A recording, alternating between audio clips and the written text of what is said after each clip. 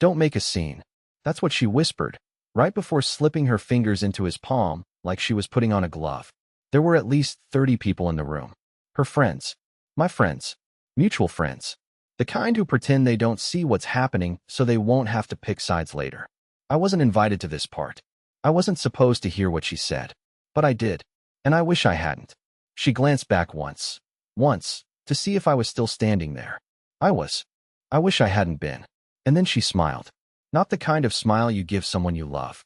Not even the kind you give someone you pity.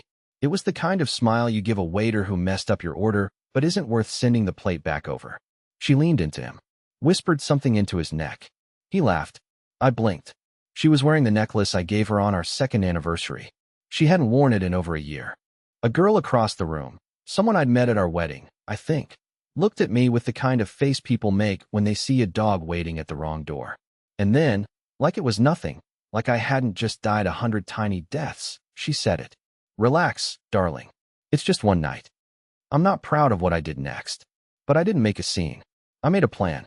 I stayed exactly where I was, in the corner of the room near the bookshelf no one touched, pretending to scroll through my phone while every cell in my body screamed to either run or scream or flip the damn table over. But I didn't move. I didn't blink too fast. I didn't clench my fists or draw attention. I've always been good at swallowing pain, even when it tastes like blood. I watched them talk. Her and him. His hand casually on her lower back now, like it had been there 100 times before, like it belonged. And she didn't move away, didn't flinch. She laughed at something he said, then leaned in again, sipping her drink like she wasn't publicly shattering the man who helped her build this life.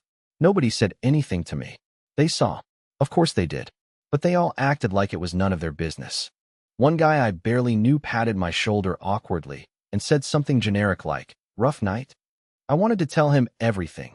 How I'd noticed the late nights, the shift in her tone, the sudden urge to dress up for quick errands. But I just nodded. Yeah, I mumbled. Something like that. The music throbbed through the walls like a heartbeat out of rhythm. I watched the ice in my drink melt, the condensation dripping down onto the carpet. Time slowed down, but the humiliation didn't. It kept speeding up, playing on repeat in my head. Her words. Relax, darling. It's just one night. Like that was some kind of mercy. Like she'd granted me the courtesy of warning me before disappearing into someone else's arms. But here's what really haunts me. She didn't just do it. She chose to do it in front of everyone. This wasn't a mistake. It was a message. She wanted me to see. She wanted me to understand my place now. And the worst part? I didn't even know what I'd done to deserve it. That was the moment something inside me cracked. Not loudly. Not with drama. Just a quiet, invisible fracture, the kind that doesn't heal right. I felt it settle into my chest like a shadow. And as they walked out of the room together, her fingers still wrapped around his like a promise, I told myself I would not follow. Not tonight. But I was already following. In my head. Down the hallway. Into the dark. I didn't even remember leaving the house. 1 second I was standing among laughter and music, and the next I was outside, the cold air slapping me across the face like some cosmic reminder that I still existed. My hands were shaking, not from anger but from that hollow kind of disbelief that hits when your brain can't quite accept what your eyes have seen. I leaned against the side of my car, staring at the glowing windows of the house, every shadow moving inside looking like her. I could hear the muffled pulse of the music, the blur of voices, and every time I thought I caught her silhouette, my chest tightened like a fist around my ribs. I must have stood there for 20 minutes, maybe more, waiting for something, an apology, a text, anything that would make what just happened less real. Nothing came. Just the wind, and my reflection in the window, a man no one would fight to keep. When they finally came out, I almost didn't recognize her at first. She was laughing again, head tilted back, holding his arm like they were stepping out of a movie scene. She looked lighter, free, like I'd been the weight all along. I froze as they passed the light near the driveway.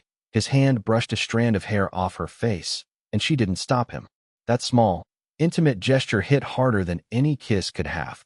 I wanted to shout, to demand an explanation, to do something, anything. But instead, I hid behind my own car door like a coward, watching through the crack in the window. He opened the passenger door for her, and she hesitated just long enough to look around, like she was making sure I wasn't there. But then she smiled to herself, a small, secret smile, and got in. That smile killed me more than anything, because that was the smile she used to give me, right before she'd say she loved me. The car pulled away slowly, its headlights carving pale lines across my shoes, and I realized I hadn't taken a breath in over a minute. I don't know what made me do it, but I started the engine and followed. Not close enough to be obvious, just enough to keep them in sight. My heart was pounding like a drum in my ears. Every red light a chance to turn back. I didn't. Maybe I wanted proof, or closure, or maybe I just wanted to see how far she'd go. The streetlights flickered on her side of town, long rows of glowing eyes watching my humiliation in silence. When they turned into a familiar street, my stomach twisted. It wasn't a hotel. It wasn't some hidden apartment. It was her friend's house, someone I'd known for years. I remembered the times we'd had dinner there, the inside jokes, the toasts, the laughter. And now my wife was walking through that same door with someone else's hand on her back. I sat there for a long time, engine humming softly, trying to convince myself I hadn't seen what I saw. But there was no mistaking it. I looked at that house and realized I wasn't her husband anymore. I was just the ghost of one. I killed the headlights and parked half a block down, where the trees thickened and the street dipped just enough to swallow the tail end of my shame. The house sat there like a memory I didn't ask to revisit, quiet, warm, welcoming, too normal for what it was hiding. I stared at the front door, half expecting it to slam open, for her to come running out, breathless, panicked, realizing what a mistake she was making. But of course, that didn't happen. The porch light stayed on. The curtains didn't move. And the silence, it was worse than anything I could have imagined. A part of me wanted to believe it was innocent. That maybe they were just talking. That she just needed space. That all of this had some twisted logic I wasn't meant to understand yet. But that part was dying fast, crushed beneath the weight of everything I'd seen. The laughter, the hand-holding, the smile. Minutes passed, maybe hours. Time stopped being linear and started feeling more like punishment. I thought about going home, about pretending I never followed them here. But the truth had a grip on me now. I couldn't unknow what I knew. And I couldn't unsee her slipping into that house like she'd done it before. Like she'd done it often. I eventually got out of the car. I don't know what I thought I'd do, storm in, cause a scene, finally say all the things I never had the spine to say. No, I didn't even make it halfway down the block. My legs stopped moving before my brain did. I just stood there in the shadows, watching a house where I no longer belonged. Then, a shape moved behind the window. A silhouette, pacing. Her. She was on the phone. I could tell by the way her hand danced in the air, the way her shoulders shifted. For a moment, I thought she was calling me. That this was the turning point. The apology. The breakdown. Maybe she was having second thoughts. Maybe she felt the pull of guilt. But then I saw her laugh. That same soft laugh that used to be mine. She leaned back against the wall, casual, calm, happy. And just like that, the little hope I'd been clinging to crumbled. She wasn't conflicted. She wasn't confused. She was comfortable. Suddenly, the front door opened and the man stepped outside. He lit a cigarette, checked his phone, looked out toward the street. I ducked, heart thundering, sure I'd been spotted. But he didn't see me. Just stood there, smoke curling around his head like a crown of arrogance. Then he smiled to himself, as if everything was falling perfectly into place. That's when I realized. This wasn't a moment of weakness. This was a routine. I wasn't watching a mistake. I was watching a system. A plan. A life that had been unfolding without me for longer than I wanted to admit. And I knew. I absolutely knew. That when she came home, she would kiss me on the cheek and tell me she was tired. She would shower. She would slip into bed. And I would let her. Because I still didn't know how to stop loving a lie. I drove home with my headlights still off. Not out of strategy or stealth this time, but because I didn't trust myself to look forward. Every few seconds, I caught glimpses of my reflection in the side window. Blank eyes, clenched jaw, a version of myself I didn't recognize anymore. The man who used to check the oil twice a month, who brought her tea when she had headaches, who paused his movies when she left the room even if she never came back, that man was gone. Or maybe he'd just grown quiet inside me, the way animals go still before a storm. When I got back to the house, everything was exactly how we'd left it. Her slippers by the couch, a half-empty glass of orange juice on the counter, the mail I brought in earlier still unopened, as if our lives were just paused, not disassembled. I sat down at the dining table and stared at the wall for longer than I care to admit. My mind didn't know what to do with stillness. It craved a fight, a cry, a slam, but all I had were thoughts, looping endlessly like bad radio static. I opened her laptop. Not because I wanted to snoop. I swear, I didn't. But because it was sitting right there, humming softly, like it wanted to be part of this unraveling. I touched the trackpad, and the screen lit up instantly. No password. Just her desktop. Clean, perfect, curated. Except for one folder at the bottom left. Miscellaneous. That's what it was called. I hovered my finger above it for a second. Then I clicked. Inside were screenshots. Messages. Names I didn't recognize. Hotels I didn't remember booking. Dates that matched nights she said she had work late. My hands started trembling so hard I had to push the chair back and stand. I couldn't breathe. It wasn't just him. It was them. There had been others. I'd thought I was bleeding from one cut, but now I saw I was covered in thousands of tiny ones. I closed the laptop. For the next hour, I just paced the living room in silence, trying to figure out how long I'd been living in a movie set built on sand.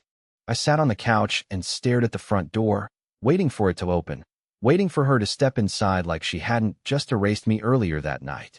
But deep down, I knew, when she walked in, she wouldn't even flinch. She'd do what she always did, lie like it was breathing. And I'd nod. And pretend. Like I always did. Unless I didn't. Unless. I changed the script. So I opened my phone. I scrolled through the contacts until I landed on a name I hadn't tapped in years. A friend I had pushed away back when things still felt worth fixing. I typed, "Are you awake? I need to tell you something. And I need you not to judge me." The reply came less than a minute later. "Always. Come over. Front door's unlocked." It was the first time all night someone had told me I was welcome. I hadn't seen Riven in almost 3 years. We used to talk every day, back when I was still making excuses for her behavior, and he was still patient enough to call me out on it. He never liked Linnea. Said she had too many mirrors in her eyes, always reflecting whatever someone else wanted to see. At the time, I accused him of being jealous, bitter, even disrespectful. I told him to mind his own business. And eventually, he did. But tonight, he answered before the second ring. By the time I pulled into his driveway, it was almost 2 a.m. The porch light was on, warm and familiar, and he stood in the doorway barefoot, holding a mug of something that wasn't coffee. "You look like you just buried yourself," he said as I stepped out of the car.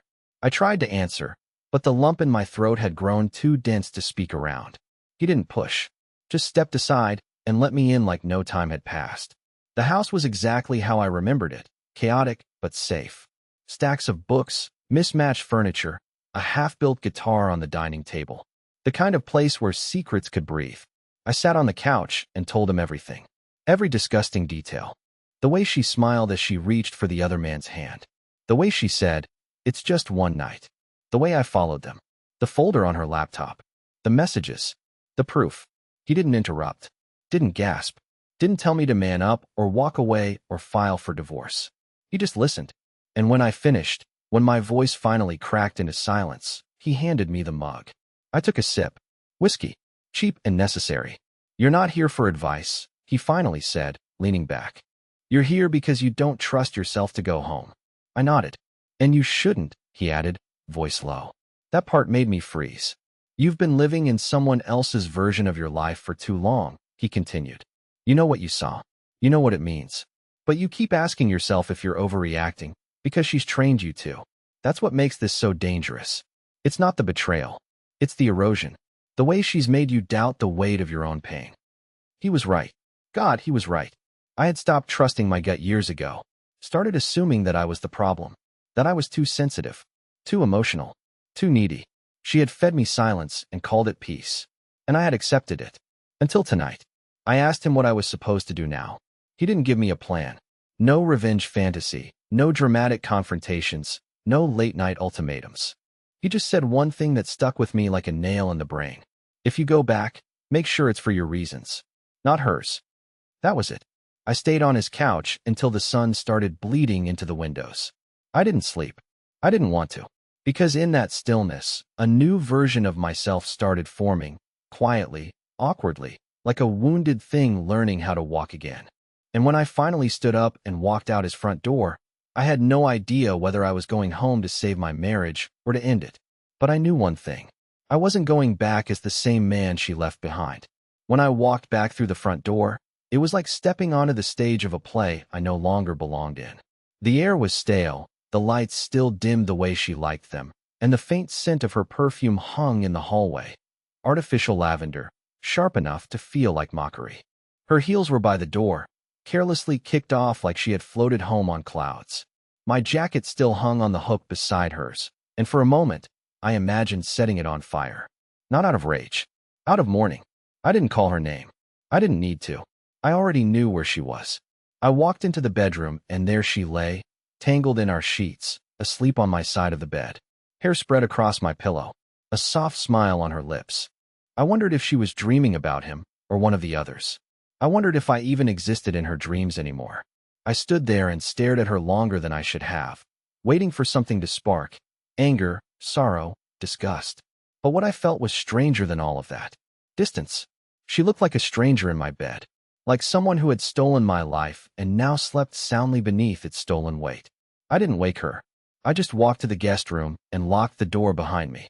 For the first time since this all began, I needed a barrier, not between us physically, but between who I had been and who I might still become. I lay down on the unfamiliar mattress, staring at the ceiling, listening for the smallest movement on the other side of the wall. But she never came to find me. Not that night. Not the next morning. It was like my absence didn't even register. She didn't ask where I'd been. Didn't ask why I didn't sleep beside her. She walked past me in the kitchen the next day, humming to herself as she poured coffee, scrolling through her phone like nothing had happened. I watched her. Watched the shape of her shoulders, the curve of her jaw, the way she smiled at a text I wasn't meant to see. I asked casually, "Late night?" She looked up, blinked, smiled that innocent smile that used to melt me. Yeah, it ran late. You know how Amber gets. Once she starts venting about her boyfriend, there's no escaping. I nodded. Not because I believed her, but because I wanted to see how easily she'd lie with daylight pouring through the window. It was seamless, effortless, like muscle memory. She turned back to her phone, and that's when I knew. She didn't just lie to protect herself. She lied because it never occurred to her that I might not believe her. I was no longer a threat. I was no longer her equal. I was background noise. Wallpaper. A placeholder. She still didn't know about the screenshots. The messages. The folder. The names. She didn't know I'd followed her. That I'd watched the man light his cigarette with her lipstick on his collar. That I had stared at her face through the window as she laughed in a house where I used to be welcome. But I wasn't going to tell her. Not yet. Because for the first time in this marriage, I had the upper hand. And I intended to use it. I spent the next 2 days moving in silence. No accusations. No confrontations. I smiled when I needed to, answered when spoken to, and let her believe I was slipping back into my old, predictable rhythm. But inside, I was rebuilding. Quietly. Purposefully. I started gathering papers. Backing up files. Transferring money. Nothing drastic. Not yet. Just enough to make sure that when the moment came, I wouldn't need anything from her. Not even closure. It was surreal, watching her perform this version of normalcy. She kissed my cheek before leaving for yoga. She sent me a meme about relationships. She even made dinner one night, something she hadn't done in months. I played along, because the real ending wasn't going to come from screaming matches or slammed doors. That's what she expected: chaos, drama, weakness. But I was done playing the part she'd assigned me. So I waited for a day she'd be gone for hours. One of her team-building retreats that always started with a suitcase she never let me help carry. And then I acted. I packed everything that mattered into 2 suitcases and a hard drive. I took the dog, the important documents, and the antique watch my grandfather left me. I left behind the couch she picked out, the mattress I never slept well on, and the framed photo of us in Italy where I now realized I'd been alone the whole time. But I didn't leave without saying something. I wrote her a letter. Not angry. Not bitter. Just final. Linnea, I know. I've known for a while. I saw the way you looked at him. At them. I read the messages. I followed the trail you didn't bother to cover. And I stayed quiet. Not because I didn't care, but because I needed to remember who I was before you taught me to doubt myself. I'm not angry. I'm not even hurt anymore. I'm just done. I loved you. Maybe more than I should have. But love without respect is just self-destruction in slow motion. By the time you read this, I'll be gone. Not hiding, just done performing. You get to keep the house, the silence, the version of yourself you tried to protect by erasing me. I won't ask you why. I won't ask you to explain. I just hope that one day, you'll look at what we had and realize that I deserved more than just one night. Goodbye. The man you didn't think would leave. I placed the letter on her pillow, right where her head would land when she came home, and expected everything to be exactly as she left it. And then I walked out the door. No regrets. No looking back.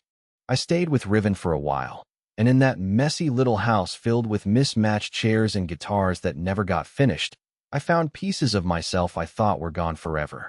I started running again, writing, laughing without checking who was watching. I met people who saw me, not the ghost of a husband trying to fix something already burned to ash. And one day, a woman sat across from me at a bookstore cafe and asked me what I was reading. We talked for hours. She didn't check her phone once. I didn't tell her my story. Not yet. But I smiled, really smiled, for the first time in years. Because I knew the worst part was over. And the best part? I was finally living a life I didn't have to apologize for.